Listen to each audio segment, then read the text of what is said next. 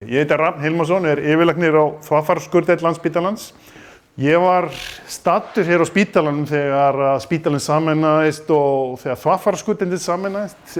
Ég tók á móti fyrsta sjúklingnum af Borgarspítalanum sem kom hér yfir á þvagfæraskurðdeildina sameinað, þannig ég þekki þetta svona af eigin reynslu. Það er mjög margt breyst. Hlutirnir hafa verið mjög góðir hér í langan tíma og verið unnir af mjög hæfu starfsfólki.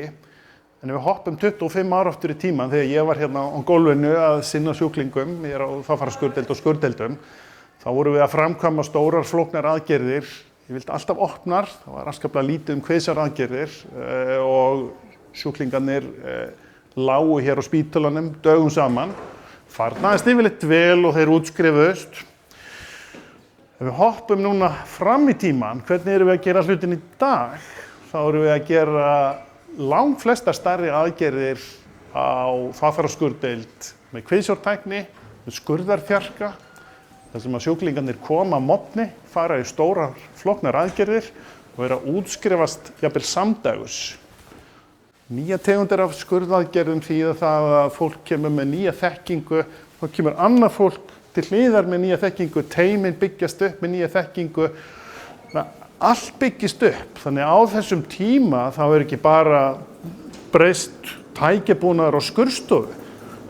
Göngudeildarstarfsemi hefur margelst, dagdeildarstarfsemi hefur margelst, legudeildarstarfsemi hefur margelst. Þannig að þetta hleður upp á sig. Teymin verða stærri og öflugri. Þannig að þetta snýst ekki bara einhver eitt tæki og tól.